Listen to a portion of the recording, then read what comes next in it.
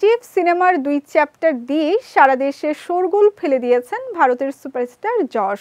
কিন্তু এবারের জন্মদিনটা পুরো টক্সিক করে ফেললেন তিনি। জন্মদিনে ঠোঁটে সিগারেট, মাথায় হ্যাট, লম্বা দাড়িতে ক্যাসিনো রূপে দেখা গেল কেজিএফ তারকা যশকে।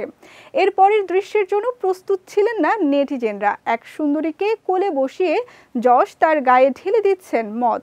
বিশেষ দিনে এভাবেই ধরা দিলেন তিনি। তবে এটি তার বাস্তব জীবনের অংশ না। জন্মদিনে প্রকাশ পেয়েছে তার নতুন সিনেমা টক্সিকের টিজার। 1 মিনিটের সে ভিডিওতে এমন অবতারই দেখা গেল যশকে। বছরের শুরুতে ধুন্ধুমার অ্যাকশন সম্বলিত এমন অবতার দেখে শোরগোল পড়ে গেছে নেট দুনিয়ায়। ছবির নায়িকা হিসেবে বলিউড অভিনেত্রী কিয়ারা আদভানির কথা শোনা যাচ্ছে। গীতু মোহনদাসের পরিচালনায় ছবিটি চলতি বছর মুক্তির কথা রয়েছে।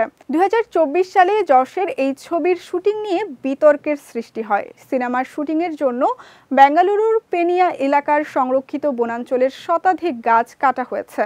এমন অভিযোগে সরব হন কর্ণাটকের পরিবেশ মন্ত্রী ঈশ্বর ভীমান্না। ছবির প্রযোজকদের বিরুদ্ধে এফআইআরও করা হয়েছিল। তবে শেষমেশ আর কিছু শোনা যায়নি এ বিষয়ে। কেজিএফ 2 ছবির পর টক্সিক হতে যাচ্ছে যশের কামব্যাক সিনেমা, তাই এই ছবির প্রতি মানুষের প্রত্যাশাও অনেক বেশি।